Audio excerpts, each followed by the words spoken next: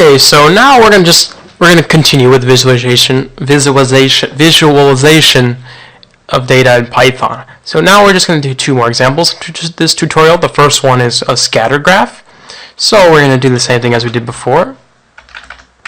We're going to set our figure name, figure 6 this time, plt.figure, defining the figure object as scatter. And then we're going to have x5 equals now fig6 dot add subplot like we did before. So we're defining the figure, initializing the figure, adding a subplot with 3 ones. And then this time we're going to have the function called scatter. The first parameter is the values on the x-axis.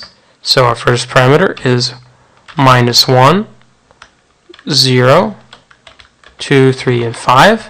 And our second parameter is all the values on the y-axis. So we're going to have 2, 1, 3, 0, 0.5, my bad, not 0, 4, and there we are. And then we're going to plt.show. And there we go, there's our scatter graph. Now, so if we modify our scatter graph by adding 2 more parameters on, one is list and the other is color, then we get a bubble graph.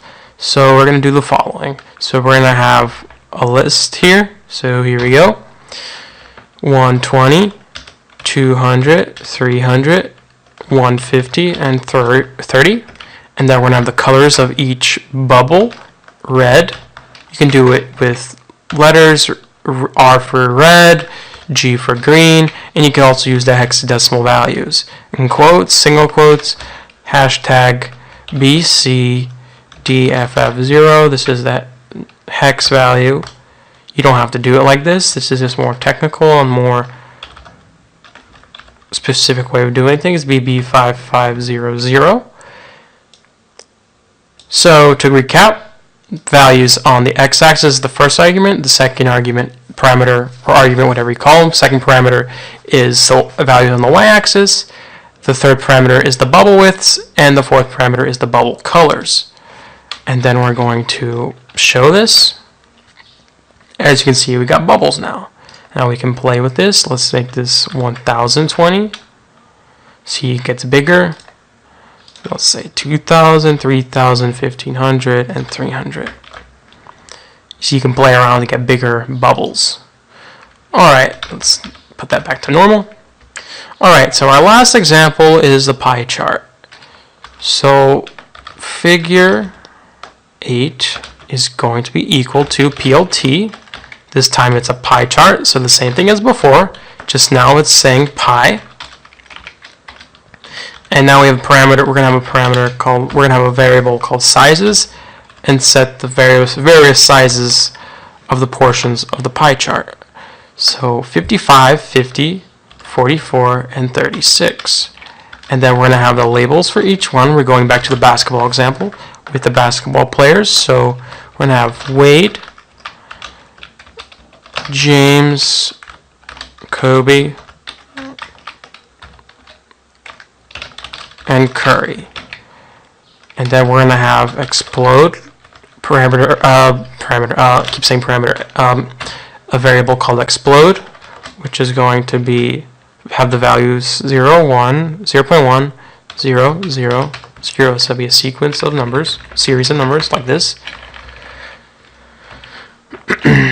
And then we have finally colors for each one. So we're going to have red, purple,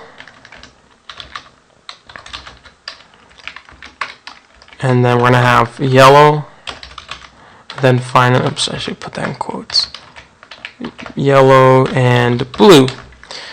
So instead of, so you're going to see in the plotting plt.py, we have several parameters. So our first one is sizes, which is the list of parts. That's our list of parts is the first parameter, which is this. And then we have explode, which tells us if the parts are separated from the whole and by how much. So instead of actually writing everything in the arguments, we're defining the variables beforehand, so it's easy to write. So explode equals explode. Then we have the labels, which are just the part names, pretty simple. Labels equals labels. And then we're going to have the colors, which is obviously just the colors of the parts. Colors equals colors.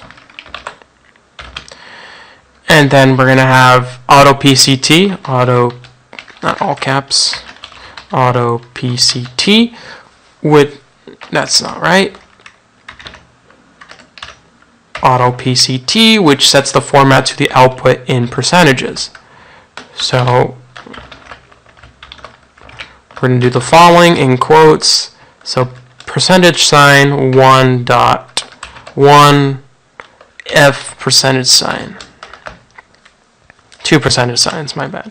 There we go. And then we're going to have the next part, shadow. We're going to enable the shadowing.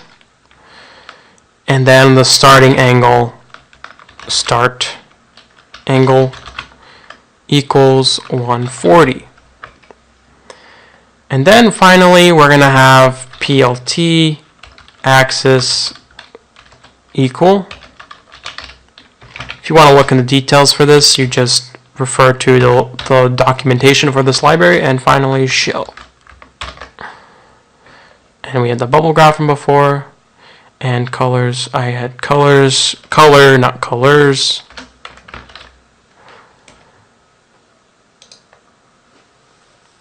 Where is colors? Like line 13.